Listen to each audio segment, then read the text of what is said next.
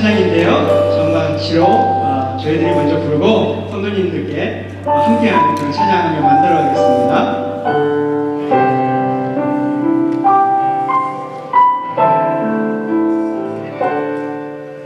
주의 사랑 항상 내 곁에 머무시네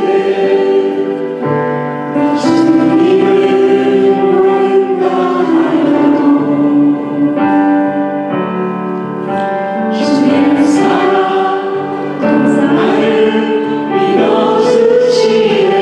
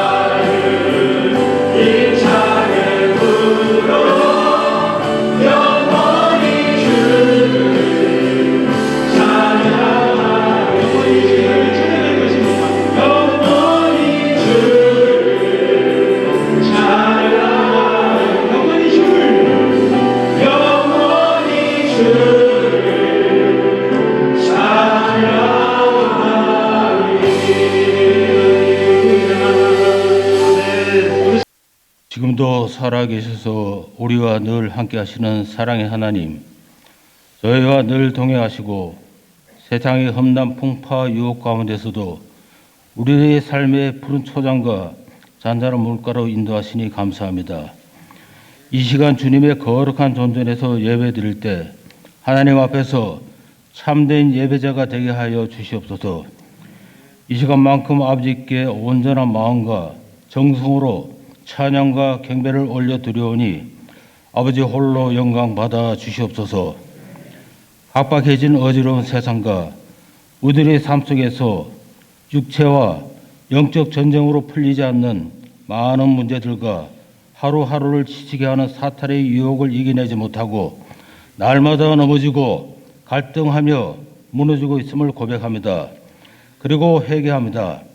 이 시간 예배를 통하여서 다시 일어설 수 있는 하나님이 주시는 말씀뿐임을 알기에 주님의 말씀으로 저희들의 심령을 강건케 붙들어 주시옵소서. 지난 한 주간도 저희들은 하나님의 선하신 계획을 거슬며 살아왔습니다. 하나님의 보호하심 속에 살아가면서 지은 제약된 모습들을 주 앞에 내려놓사오니 사유하심이 주께 있음을 고백합니다. 용서의 은혜를 허락하여 주시옵소서. 3월의 첫째 주, 지금부터 모든 대지의 생명이 새싹을 움트고 저마다의 성숙을 위하여 발돋움하는 계절입니다. 이 축복된 계절에 저희들의 심령도 더욱 믿음으로 힘차게 발돋움할 수 있도록 인도하여 주시옵소서. 특별히 사순절 기간에 주님의 고난을 묵상하며 주님을 본받는 삶을 살기를 원합니다. 우리들 자신을 낮추며 경건하고 교만치 않게 하시고 겸손한 삶을 살게 하여 주시옵소서. 지나간 31년간의 세월을 긍휼과 자위로 다스리는 주님의 몸된 교회를 세우신 날부터 오늘에 이르는 동안 수많은 어지러움과 고난 속에서도 교회를 굳건히 설 수 있도록 은혜 주심에 감사드립니다. 부임 2년차에 차에 가시는 남재현 목사님 늘 축복하여 주시고 목사님께 부족함이 없도록 능력으로 채우시고 영족 간의 강건함을 허락하여 주시옵소서. 지금 이 시간도 지구촌 도처에서 전쟁으로 고통당하는 이들이 많이 있음을 기억하면서 그들을 위하여 기도드립니다. 그들이 입은 상처가 회복되게 하시고 이 땅에서 이념과 미움과 분열이 사라지도록 역사하여 주시옵소서.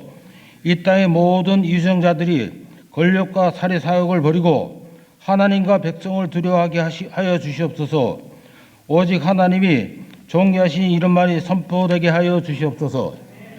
오늘의 오후에 있을 재직회 주님께서 인도하시고 지혜를 주시기를 원합니다. 교회 안에서 담당하고 있는 각 부서와 사역에 지혜를 주시고 주님의 계획대로 교회를 섬기도록 인도하여 주시옵소서. 또한 교회 장로님들을 한자리에 모이게 하셔서 기도회를 계획하신 일에 감사드립니다. 이번 기도회를 통하여서 기도로 영성을 회복시켜 주시옵소서. 그리하여서 교회를 더욱더 사랑하고 장로들의 열심을 통하여서 어떠한 상황과 여건이 닥쳐올지라도 종기 섬기는 장로 역할을 잘 감당하여 사도 바울의 고백이 실천되게 하여 주시옵소서. 교회 성도님들 가운데 질병과 마음의 근심과 걱정으로 기도하시는 성도님들, 너희는 마음에 근심하지 말라. 하나님을 믿으니 또 나를 믿으라고 하신 주님의 말씀을 기억하시며 성령의 역사로 근심과 걱정에서 자유함을 얻게 하여 주시옵소서. 성도를 사랑하시되 끝까지 사랑하신 주님, 부득이한 사정으로 인하여서 이 자리에 보이지 않는 지체들을 기울여하여 기도합니다. 늘 그들이 어디 있든지 간에 이 자리를 기억하게 하여 주시고 이 자리에서 예배드리는 저희들과 똑같은 은혜를 허락하여 주시옵소서. 오늘도 예배를 위하여서 보이지 않는 곳에서 수고하시는 봉사자들을 기억하여 주시옵시고 저들이 주의 일을 하다가 그 일이 어렵고 힘들 때 저희들이 욕심을 따라 행동하는 가룟 유다와 같이 되지 않도록 인도하여 주시옵소서. 이 시간 예배를 위하여 수고하시는 찬양팀과 글로리아 찬양대의 찬양을 기쁘게 흠양하여 주시옵시고 예배 드리는 모두가 같은 마음으로 찬양하게 하시고 저희들의 삶에 늘 향기로운 찬양이 있게 하여 주시옵소서. 이 시간 하나님의 말씀을 대언하시는 목사님 위에 함께 하시고 입술이 건태를 허락하여 주셔서 주께로 받은 은혜를 저희들에게도 아낌없이 나눌 수 있는 은혜의 시간이 되게 하여 주시옵소서. 예배의 시종을 주님께 의탁하고 생명 되신 예수 그리스도의 이름으로 감사하며 기도합나이다. 아멘.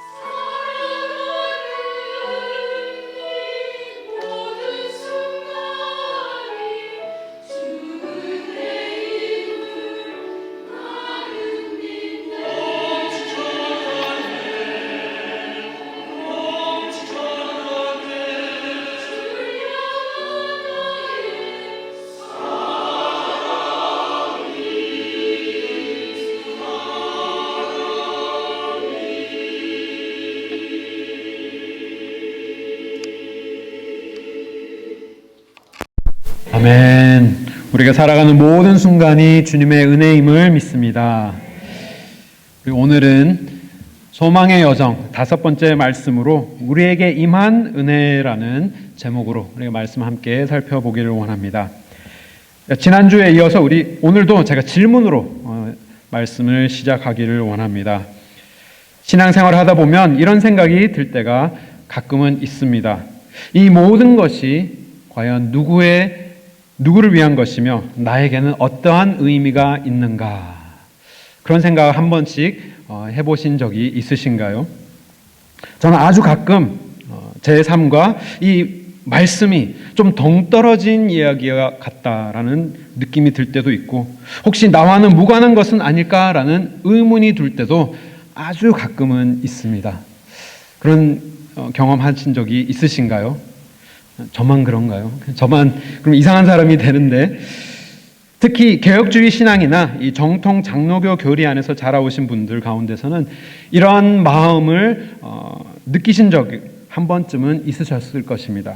왜냐하면 우리의 신앙이 하나님의 주권과 그리고 하나님의 영광에 깊이 집중되어 있다 보니 당연히 자연스럽게 드는 생각은 이 모든 것이 주님의 영광을 위한 것이라면, 나의 모든 삶도 내가 무엇을 먹든지 무엇을 마시든지 모든 것을 하나님의 영광을 위해서 살아야 된다라고 하였을 때 자연스럽게 드는 생각은, 그럼 나는 나에게는 어떤 의미가 있고 이 모든 것들이 나에게는 어떠한 유익이 있는가.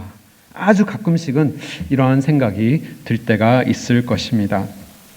하지만 사도 베드로는 특별히 이방 땅에 다 흩어져 살아가고 있는 성도들을 권면하면서 오늘 전하고 있는 이 말씀, 그리고 우리가 지난 4주 동안 함께 묵상해온 이 말씀이 그냥 뜬구름을 잡는 그러한 말씀이 아니라, 그냥 막연하고 정말 신학적인 그러한 개념이 아니라 우리의 삶에 실제로 얼마나 유익한지, 그리고 우리의 삶에 확실한 복된 말씀인지를 분명하게 보여주기 위하여서 오늘 본문을 기록하고 있는 것입니다.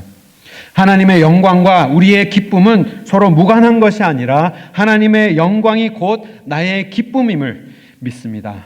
이것이 온전한 말씀에 대한 이해인 것이죠. 오늘 본문 말씀을 우리가 묵상하면서 우리도 흔들리지 않고 우리에게 임한 이 은혜를 충만하게 누리시며 하나님 앞에 기쁨의 삶을 들이시는 우리 모두가 될 수 있기를 소망합니다. 우리 오늘 본문 말씀은 짧습니다. 3절, 3절에 불과하지만 이 짧은 세 구절 속에 매우 깊은 풍성한 신학으로 말씀은 가득 차 있습니다. 우리 잠깐 살펴본다면 오늘 본문 말씀 10절은 이렇게 시작을 합니다. 이 구원에 대하여. 사도 베드로는 새로운 주제를 전환하여서 새로운 말을 하는 것이 아니라, 다른 이야기를 하는 것이 아니라 3절부터 계속해서 이어온 이 구원이라는 주제를 이어가고 있는 것입니다. 예수 그리스도를 통하여서 우리에게 주신 그 생명, 그 구원의 주제를 이어가고 있는데요. 요즘 말로 하면 굉장한 빌드업을 지금 하고 있는 것이죠. 3절부터 하나님의 구원이 어떻게 시작이 되었는지, 그리고 이제는 오늘 본문 말씀이죠. 10절과 11절, 12절에는 우리에게 그렇다면 어떠한 의미로 다가와야 하는지를 계속해서 빌드업해 가고 있는 것을 우리는 봅니다. 3절부터 시작된 이 구원의 말씀을 보면 어떻게 시작되었다고 하죠?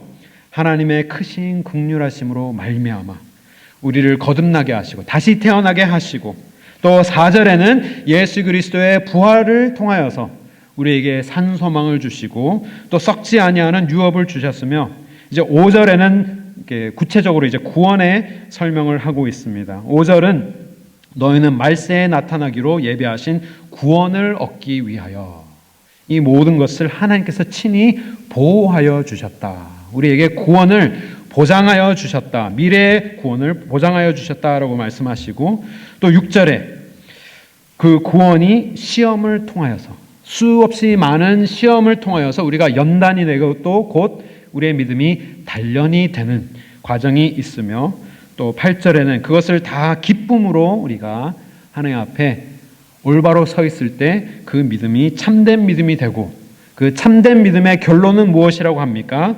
우리 9절 말씀이죠. 믿음의 결국 곧 영혼의 무엇을 받는다고요? 구원을 받음이라. 이 모든 것을 사도 베드로는 3절부터 어떻게 시작이 되어서 이 모든 것들이 예수 그리스도의 부활을 통하여서 우리에게 어떤 의미가 있는지를 계속해서 빌드업해 가고 있는 것이죠. 그래서 지난주 마지막 말씀 9절 말씀에 믿음의 결국, 참된 믿음의 결론은 영혼의 구원을 받음이라 라고 우리가 지난주 말씀을 이렇게 묵상을 하였습니다. 거기에서 이어서 그렇다면 이 구원이 하나님께서 놀라운 선물로 우리에게 주신 이 은혜를 우리가 비록 나그네 되었지만 이것을 우리가 붙들게 된다면 사도 베드로가 2절에 그렇게 약속하였던 은혜와 평강이 너희에게 더 많을지어다 그렇게 넘치게 되는 것입니다. 그러면서 그 구원의 말씀을 10절에 이 구원에 대하여라고 하면서 이어가고 있는 것이죠. 그런데 이 구원, 사실 잘못 우리가 이해하게 된다면 이 구원이 아주 먼 미래에 우리에게 주어질 막연한 약속의 말씀이 될 수 있기 때문에 그것이 아니라 우리가 얻은 이 구원은 우리의 삶의 이 사실로 존재하고 있으며 우리의 것이 되었음을 베드로는 이 여러 시제를 사용하여서 이 구원이라는 것을 설명하고 있는 것입니다. 우리 5절 말씀을 보시면 사도 베드로는 이 구원이라는 것을 미래의 시제에 적용하여서 설명을 합니다. 5절 말씀을 보시면 너희는 말세에 나타내기로 예비하신 구원을 얻기 위하여 하나님께 보호함을 받느니라라고 설명합니다. 말세라고 한다면 언제를 가리키는 것일까요? 마지막 날을 의미하고 있는 것입니다. 먼 훗날에 예수 그리스도께서 다시 오실 때 그 날에 우리에게 허락하여 주신 우리에게 주실 그 온전한 구원, 이것은 분명한 미래의 시제의 약속임을 베드로는 알려주고 있는 것이죠. 그래서 영어로는 이 NIV는 이렇게 표현을 합니다. You are shielded by God's power until the coming of the salvation. 그래서 구원이 오는 그날까지 하나님께서 보호하여 주신다라고 하였을 때 우리에게 약속해 주신 그 구원은 미래의 시제 속에서 우리는 이해할 수 있게 되는 것이죠. 그런데 9절에 갔으면 이 시제가 달라집니다. 9절 말씀을 보면 미래에 있어야 할 그 구원이 어떻게 표현이 됩니까? 믿음의 결국 곧 영혼의 구원을 어떻게 하였다고요? 받음이라. 한글로 보면 거의 과거형에 가깝습니다. 말세에 받아야 할 그 구원이, 말세에 온전하게 이루어져야 할 그 구원이 9절에는 우리의 영혼의 구원으로 우리가 받은 것이다 라고 설명하고 있는 것이죠. 그럼 이게 미래의 구원입니까? 아니면 우리가 이미 받은 구원입니까? 영어로 보면 조금 더 이렇게 원어 문법을 보면 조금 더 자세하게 알 수가 있는데요. 이 받음이라는 이 단어가 한글로는 이렇게 과거형 같이 보이지만 실제로는 present participle middle로 해서 현재 분사입니다.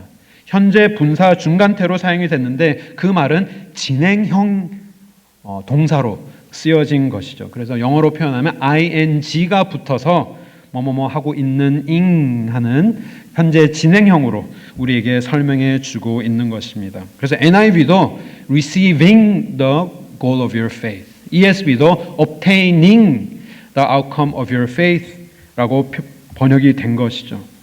그래서 이것은 단순히 미래에 받을 그 구원만을 의미하는 것이 아니라 하나님께서 우리에게 주신 이 구원은 현재 믿음 안에서 이미 이루어졌고 우리에게 만들어져 가고 있는 진행형으로, 그리고 또 앞으로도 완성될 구원을 동시에 다 같이 가리키는 문법적인 표현인 것입니다. 그래서 구원의 진행성과 그리고 구원의 확실성을 함께 강조하고 있는 이 문법인 것이죠. 8절도 마찬가지입니다. 8절도 우리가 살펴보면 이렇게 설명합니다. 예수를 너희가 보지 못하였으나 사랑하는도다. 지금 이 편지를 쓰고 있을 때는 예수님은 이미 과거에 계셨던 분이십니다. 그죠? 지금 이 편지가 쓰여질 때는 예수님께서 승천하신 후에 쓰여진 것이기 때문에 이 편지를 받아보는 사람들은 예수님을 보지 못한 사람들입니다. 하지만 그를 사랑하는도다. 이제도 보지 못하나 믿고 말할 수 없는 영광스러운 즐거움으로 기뻐하면서 그 구원을 받음이라 라고 설명하는 것이죠. 그렇다면 하나님 안에 있는 사람들은 이 구원이나 이 예수 그리스도를 믿는 이 믿음이나 이 모든 것들이 시간과 공간의 제약을 넘어서 보지 못하는 주님을 믿고 사랑하고 그 은혜를 이미 받은 자들이다. 베드로는 설명하고 있는 것입니다. 이것을 설명하기 위해서 에드먼 클라우니 박사는 이렇게 설명을 하였습니다. 우리는 지금 예수님을 믿고 사랑할 뿐 아니라 장차 그분을 뵐 때 누리게 될 기쁨을 이미 알고 경험한다. 마지막 날에 완성될 영혼의 구원은 우리의 믿음의 목표이긴 하지만 우리는 이미 그 구원을 경험하고 있다. 이 역설이 바로 신약의 소망을 이루는 구조이다라고 설명을 합니다. 그래서 미래의 그 구원의 약속, 온전한 구원의 약속, 말세에 나타날 그 구원을 우리에게 약속하여 주셨지만 우리는 지금 오늘 이 구원을 얻은 자들로서 그것을 이루어가고 있는, 그 속에 살아가고 있는 하나님의 백성들이다 설명하는 것이죠.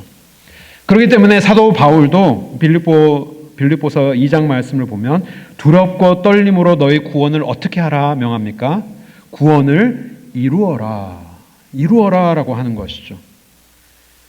마치 뭔가 미래에 우리가 만들어내야 할 것만 같은, 지금은 없지만 없는 구원을 만들어내라는 의미가 아니라 이미 약속받은 그 구원의 부르심에 합당하게 오늘 살아가라라는 명령인 것입니다. 그래서 신약자들은 이 상태이죠. 미래에 있는 그 구원을 약속은 받았지만 오늘 그것을 이미 누리고 살고 있는 우리의 이 상태를 굉장히 신학적인 표현으로 already but not yet, 이미 그러나 아직이라는 표현을 사용하여서 설명을 하고 있는 것입니다.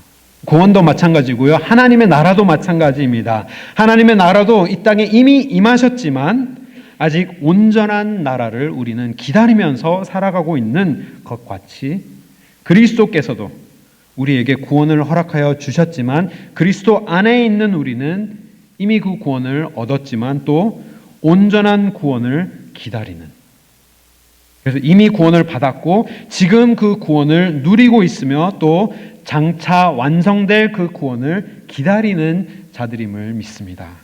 이것이 우리가 지금 살고 있는 딱 이 시대의 표현인 것이죠. 우리는 이미 그러나 아직의 단계 속에 우리는 살아가고 있는 것입니다. 베드로는 이것을, 이 구원이라는 단어를 여러 시제에 적용하여서 설명하면서 이 편지를 읽는 독자들에게 권면을 하고 있는 것입니다. 저는 지금도 아직까지 생생하게 기억이 납니다. 난생 처음 집을 샀을 때 그 기쁨의 감격을 아직도 잊지 못합니다. 계약서에 딱 사인을 하던 그 첫 순간, 그 얼마나 떨렸는지 모릅니다. 오랫동안 집을 갖지 못하다가 그 사인을 딱 했을 때 얼마나 기뻤는지 몰라요. 그러면서 아직 이사는 들어가지 않았지만 그 오피스에 가서 사인을 하고 집에 돌아와서 잠을 못 잃었던 그 밤이 생각이 납니다. 너무나도 기쁜 나머지 그 기쁨에 벅차오르는 그 감격 때문에 이게 꿈이야 생시야 하면서 막 꼬집어 가면서 와이프 얼굴을 이렇게 서로 멀뚱멀뚱 보면서 산 거 맞지? 그러면서 우리가 잠을 못 잃었던 그 기억이 납니다. 사인은 했지만 이사를 들어가지 않았을 때 그 집은 누구의 것일까요? 제 것이죠. 제 것이지만 그 상태를 우리는 already but not yet로 우리는 표현을 할 수 있는 것입니다. 이미 주어졌지만 온전히 이루지 못한 상태. 우리도 집을 받기는 받았지만 열쇠도 이렇게 사인을 하고 이렇게 받긴 받았지만 이사를 들어가지 못한 상태에 우리가 살고 있는 것이죠.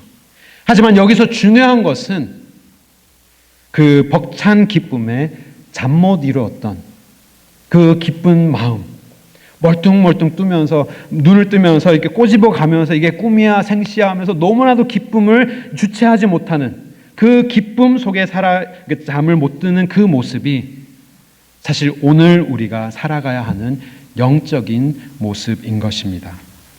하나님께서 미래에 온전한 구원을 우리에게 약속하셨다고 해서 아직 우리가 이 땅에 남아있다고 슬퍼하고 낙심하면서 살아가는 것이 아니라 천국을 이미 소유한 자의 기쁨으로 우리는 이 땅을 살아가야 하는 것임을 믿습니다. 그 믿음이 있을 때 그 구원을 이미 얻은 자들, 아직은 온전하게 이것이 다 현실로 리얼라이즈 되지는 못하였지만 그것을 이미 받은 자들의 기쁨과 감격, 그리고 그 자신감, 천국이 나의 것임을, 내가 예수님의 소유된 백성임을 확실하게 믿고 감사가 넘치며 기쁨이 넘쳐서 이 기쁨을 주체하지 못하는 모습으로 우리가 살아가는 것이 마땅한 것이죠. 그리고 베드로는 이 구원이 얼마나 확실한 것인지를 보여주기 위하여서 이 편지를 읽는 크리스찬들에게 너에게 주신 이 구원은 멀리 있는 미래의 추상적인 그러한 구원이 아니라 오늘 너희가 누릴 수 있는 실제적인 구원이다라는 것을 설명하면서 격려하고 위로하는 것뿐 아니라 이것을 확실하게 해줄 내 부류의 증인까지 제시하면서 그들에게 확실한 근거와 또 격려를 해주고 있는 것입니다. 오늘 본문 말씀에 내 부류의 증인을 제시하여 줍니다. 첫 번째, 우리의 은혜, 우리에게 임한 이 은혜의 증인으로 서주실 분은 다름 아닌 선지자들입니다. 선지자들. 우리 오늘 10절 말씀 우리 함께 보겠습니다. 10절 말씀을 보시면 이 구원에 대하여는 너희에게 임할 은혜를 예언하던 선지자들이 있었고 그들이 연구하고 부지런히 살펴서 자기 속에 계신 그리스도의 영이 그 받으실 고난과 후에 받으실 영광을 미리 무엇하였다고요? 증언하여 누구를 또는 어떠한 때를 지시하는지 상고하니라. 굉장히 좀 문장이 복잡하고 좀 길어서 이해하기가 어렵지만 간단한 것은 하나님께서 이 구약의 선지자들을 통하여서 우리가 오늘 받고 누리는 이 구원의 은혜를 이들이 미리 예전부터, 오래전부터, 수천 년 전부터 증언하고 있었다라고 베드로는 설명하고 있는 것입니다. 구약의 선지자들을 통하여서 장차 오실 우리의 은혜, 그 은혜가 무엇이죠? 바로 구원자로 오신 예수 그리스도, 메시아 되신 예수님에 대한 그 구원의 예언을 선지자들의 입을 통하여서 하나님께서 다 우리에게 주신 것입니다. 그들은 성령의 감동으로 메시아가 어떤 분인지까지도 자세하게 예언을 하였는데 그 내용이 무엇이었다고요? 크게는 두 가지. 메시아의 고난과 그가 받으실 고난과 그리고 그 후에 메시아가 누릴 그 영광, 그 두 가지를 계속해서 여러 선지자들을 통하여서 수백 번의 예언을 통하여서 증거하고 계셨다라는 것입니다. 그런데 놀라운 사실은 이 선지자들이 어느 시대의 선지자들이라고요? 구약의 선지자들이기 때문에 장차 이 모든 예언의 말씀이 이루어질 것을 이들은 너무나도 궁금했던 것이죠. 하나님께서 이 메시아를 예언하도록 하셨는데 이 메시아가 도대체 어떤 사람일까? 그리고 언제 나타나실 분일까? 너무나도 궁금해했다라는 점입니다. 우리 오늘 본문 말씀을 보시면 이 11절 말씀을 보면 그리스도의 영이 그 받으실 고난 후에 미리 증언하여 누구를 또는 어떠한 때를 지시하는지 상고하였다. 그들은 하나님의 영으로 이렇게 예언은 하였지만 그 예언이 어떻게 누구를 통하여서 언제 실제적으로 일어나게 될지 이것이 이루어질지는 몰랐던 것이죠. 그러기 때문에 그들도 굉장히 궁금한 마음에 어떻게 했다고 합니까?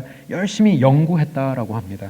연구도 하고 우리 10절 말씀이죠. 부지런히 살펴보기도 하고 그리고 또 11절 말씀에는 어느 때인지 그 지시하신 것이 언제일까 상고하니라. 계속해서 깊이 생각하고 왜 그렇게 노력을 했을까요? 연구하고 노력을 했을까요? 너무나도 알고 싶었기 때문입니다. 이 하나님의 구원의 역사, 전 세계를 하나님께서 공의로 심판하시고 또 은혜로 구원하여 내실 그 메시아, 과연 이분이 누구일까? 그리고 언제 어떻게 일어날 것일까? 너무나도 궁금한 마음에 이렇게 상고하고 연구하였던 것이죠. 그런데 이것이 누구를 통하여 다 이루어집니까? 예수 그리스도를 통하여. 우리의 구원자로 오신 예수님을 통하여 다 이 모든 선지자들의 예언의 말씀들이 성취되게 되는 것입니다. 예수 그리스도께서 성취하신 구원의 예언이 몇 개가 있었을까요? 예수님께서 성취하신 무려 300개가 넘는 구약의 예언 말씀을 다 성취하십니다. 거기에 그 극소수인 47개만, 47개만 제가 뽑아서 이렇게 주보에 넣어드렸습니다. 눈에 보이지도 않는 이 깨알 같은 글씨를, 저도 지금 잘 안 보이는데 47개만 제가 이렇게 넣어드린 것이죠.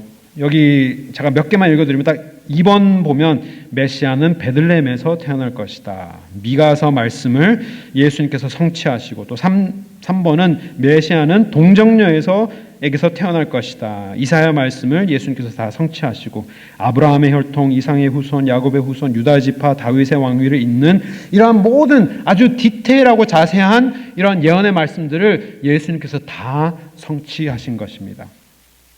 근데요, 학자들은 이 한 사람이 예언의 말씀을 성취하는 이 확률을 계산을 했는데, 한 사람이 뭐 고이든 아니면 모르고 했던 간에 8개, 딱 8개의 예언의 말씀을, 과거의 예언의 말씀을 성취하는 확률을 계산을 해봤더니 10경분의 1이라고 합니다. 10경이면 억조경인가요?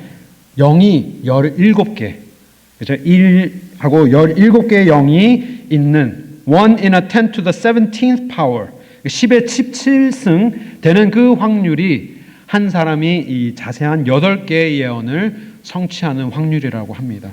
근데 예수님께서는 무려 300개가 넘는 구약의 말씀을 다 성취하신 것이죠. 이것을 따져보았을 때 이것은 정말 결코 사람이 아무리 노력을 해도 다 이거 그래 내가 오늘은 이거 성취하고 내일은 이거 성취하고 아무리 계획을 하고 해도 이루어낼 수 없는 확률을 하나님께서는 행하여 주신 것입니다. 이것은 하나님께서 이루어 주신 구원의 역사인 것입니다. 이 모든 것들을 증언하는 사람들이 바로 구약의 선지자들인 것이죠. 그리고 이 선지자들 속에 역사하시는 분이 계셨는데 그분은 다름 아닌 우리 두 번째 은혜의 증인 성령 하나님이십니다. 우리 10절 말씀을 보시면 너에게 임할 은혜를 예언한 선지자들이 있었는데 11절 말씀을 보시면 자기 속에 계신 그리스도의 영이 그 받으실 고난과 또 후에 받으실 영광을 미리 증언하게 하셨다. 선지자들은 그냥 도구인 것이죠. 하지만 실질적으로 역사하시는 분은 성령 하나님이셨던 것입니다. 성령 하나님께서 메시아 되신 아들 성자 하나님께서 오시기 전에 미리 선지자들 속에 역사하셔서 그들로 하여금 이 메시아를 예언하게 하시는 그 분이 성령 하나님의 역사이셨던 것입니다. 그리고 이 성령 하나님의 역사는 선지자들 속에만 있게 하신 것이 아니었습니다. 그들이 무슨 말을 해야 될지만 알려주신 분이 성령 하나님이시 아니라 목적도 누구를 위한 말씀인지까지도 성령 하나님께서 다 알려주신 것입니다. 우리 11절 말씀을 보시면 이렇게 얘기합니다. 자기 속에 계신 그리스도의 영이, 그리스도의 영은 성령 하나님이신 것이죠. 그 받으실 고난과 후에 받으실 영광을 증언하여 누구를 또는 어떤 때를 지시하는지 상고하니라. 그러면서 말씀하신 것은 이 섬긴 바가 자기를 위한 것이 아니요 너희를 위한 것이 계시로 알게 되었다. 성령 하나님께서 계시를 주셔서 또 알게 하신 것은 이 선지자들의 이 역사가, 이 사역이 누구를 위한 것이 아님을 알려주십니까? 자기들을 위한 것이 아님을 알려주시고 그 대신에 누구를 위한 것이라고요? 너희를 위하여 알려주신 것이다. 이 예언의 말씀이 선지자들의 시대에 이루어지지 않을 것임을 성령 하나님께서 알려주시고, 하지만 언제 이루어진다고요? 신약 시대 예수 그리스도를 통하여서 이 예수 그리스도를 믿는 모든 성도들을 위한 하나님의 은혜의 메시지인 것임을, 복음임을 성령 하나님께서 알게 하셨다. 계시를 통하여서 알게 하셨다 증언하고 있습니다. 그래서 실질적인 증인은 선지자들 속에 역사하신 성령 하나님이신 것이죠. 근데 성령 하나님께서는 구약의 선지자들 속에서만 역사하신 분이 아니시라 성령 하나님의 역사는 이어집니다. 언제로 이어지느냐? 신약에 있는 복음 전하는 자들 속에서도 역사하심으로 성령 하나님께서 지속해서 우리를 향한 증인을 세워 가십니다. 우리 12절 말씀 보시겠습니다. 이렇게 기록되어 있습니다. 이 섬긴 바가 자기를 위한 것이 아니요 너희를 위한 것임이 계시로 알게 되셨으니 이것은 하늘로부터 보내신 성령을 힘입어 누가요? 복음을 전하는 자들로 너희에게 알린 것이다 알려주십니다. 그래서 세 번째 증인은 복음 전하는 자들인 것이죠. 성령 하나님께서 구약에는 선지자들 속에 역사하셔서 예수 그리스도를 증언하게 하시고 예수 그리스도가 십자가에 달리시고 부활하심으로 말미암아 그 구원을 이루어내신 후에는 성령 하나님께서 복음 전한 자들 속에 역사하셔서 그들이 어떻게 하겠다 하십니까? 너희에게 이 복음의 놀라운 은혜를 알게 하셨다라고 베드로는 알려주고 있는 것이죠. 이 말씀이 얼마나 은혜되는지 모릅니다. 여기 계신 우리 가든교회 모든 성도님들이 오늘 이 시간 2026년 3월 1일 가든교회에서 예배 드리실 수 있는 이유는 누군가가 여러분에게 말씀을 전해주셨기 때문에 복음을 전해주셨기 때문에 우리가 이 자리에 있는 것이 아니겠습니까? 근데 그 모든 역사를 누가 행하셨느냐? 성령 하나님께서 복음 전하는 자들 속에 역사하셔서 그들이 예수 그리스도의 그 복된 은혜의 소식을 전할 수 있도록 하여서 우리가 이 은혜를 입을 수 있게 되었다. 베드로는 증거하는 것입니다. 사도행전 말씀을 보면 예수님께서 승천하신 후에 성령 하나님께서 사도들에게 임하셔서 성령의 은사를 입고 성령의 부음을 받고 예루살렘과 유다와 사마리아와 땅끝까지 이르러 증인됨을 살고 그리고 그들의 복음을 들은 많은 사람들이 또 많은 지역에 가서 복음을 전한 후에 그 복음이 돌고 돌아서 한반도까지 이르러서 한국인의 모든 사람들이 그 그리스도의 복음을 듣고 영접하고 구원을 얻고 미국으로 이민 온 우리들이 그 복음을 전해 들어서 우리는 오늘 예수 그리스도 안에 은혜 속에 머물고 신앙생활을 할 수 있게 된 것이 성령 하나님의 역사, 복음을 전하는 자들을 통하여서 어떻게 하였다고요? 너희에게 알린 것이 되었다라고 증거하고 있습니다. 근데 여기서 끝나는 것이 아닙니다. 하나님께서는 누구도 동원하셨다고 합니까? 우리 12절 마지막 부분이죠. 천사들도 살펴보기를 원하는 것이다. 선지자들도 너무나도 궁금하여서 이 하나님의 구원이 어떻게 이루어질까? 언제 이루어질까? 예수 그리스도의 고난과 그 영광을 통하여서 이루어내시고 천사들도 함께 지켜보고 있는 것입니다. 그들도 너무나도 궁금하여서 하나님께서 어떻게 인류를 구원하실지, 어떻게 온 세상을 심판하실지를 천사들도 살펴보고 있는 것이죠.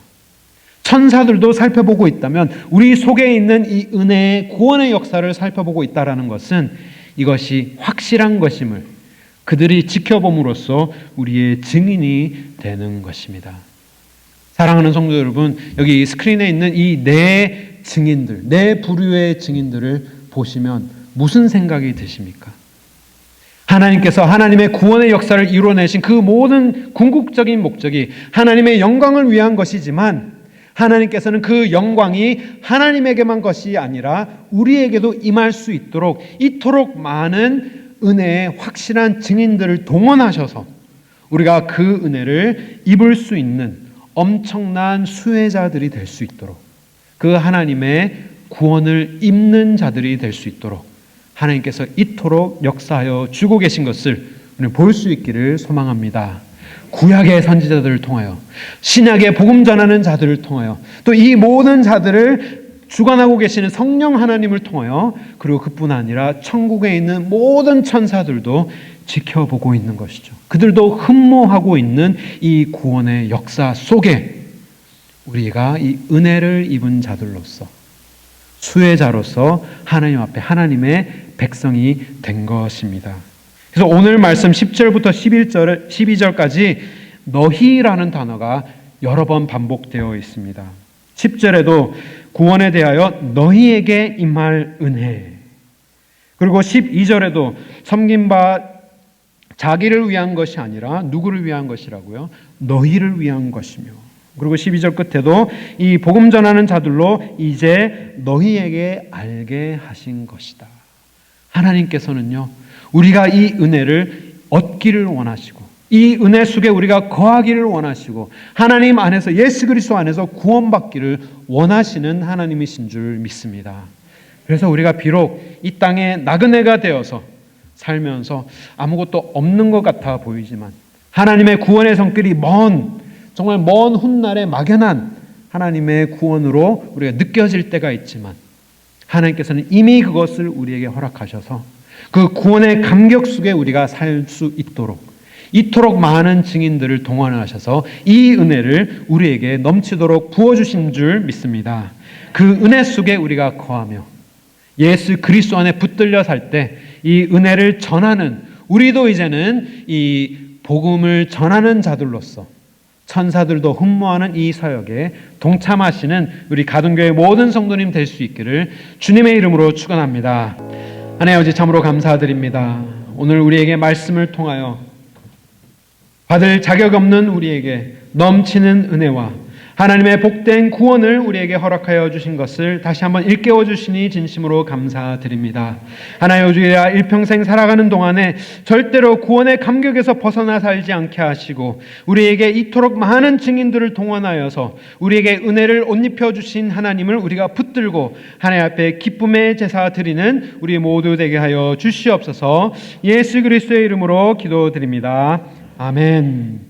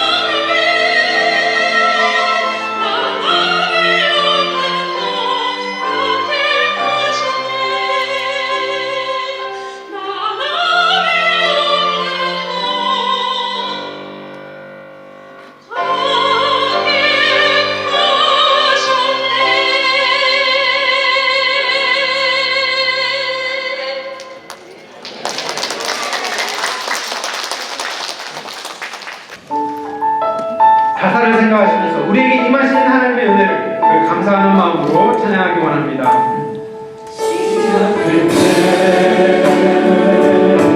우리 주님의 능력이 나의 삶을 다스리고 새롭게 하네 자유 안에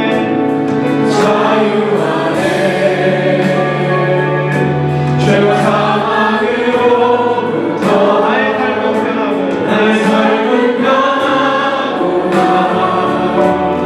충만하네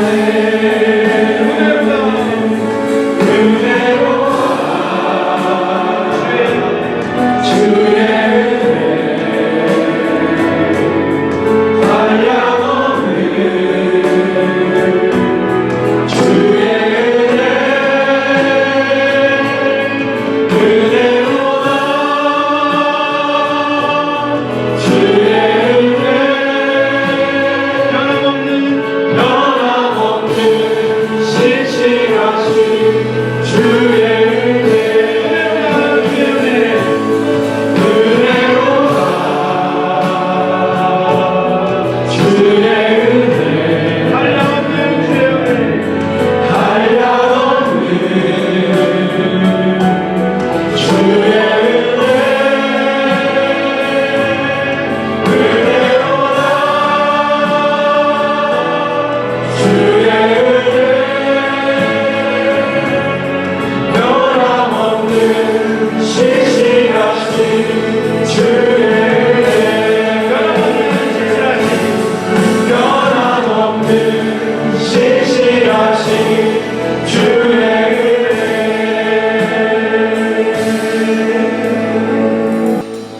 기도하시겠습니다. 하나님 아버지, 우리가 무엇이 간데 이토록 우리를 사랑하여 주시오. 한량없는 은혜와 변함없고 신실하신 은혜를 우리에게 넘치도록 부어주시니 진심으로 감사드립니다. 하나님 아버지, 우리가 구원을 입은 자들로서, 이 한량없는 은혜를 입은 자들로서 그 구원의 감격에, 구원의 기쁨에 넘쳐 살아가는 우리 백성들 되게 하여 주시고, 아무리 어렵고 힘든 순간에 우리가 닥칠지라도 하나님을 신뢰하며 그 안에서 찬양의 제사로, 참된 예배의 제사로 하나님 앞에 영광 돌리는 가든교회의 모든 성도님 될 수 있도록 주여 은혜 베풀어 주시옵소서. 그 마음을 다짐하며 하나님 앞에 귀한 예물 드립니다. 오직 하나님의 나라와 영광만을 위하여 귀하게 사용하여 주시옵소서. 이제는 예수 그리스도의 은혜와 하나님 아버지의 크신 사랑과 성령님의 교통하심이 우리의 모든 것 되시고, 우리의 은혜와 우리의 구원 되신 예수 그리스도만을 바라보고 그분만을 붙들고 살아가기를 다짐하는 우리 가든교회 모든 성도님과 가정 위에, 그리고 우리 교회 위에, 그리고 이 은혜의 복음을 위하여 오늘도 수고하시는 모든 선교사님 위에 지금으로부터 영원토록 함께 하실지어다. 아멘.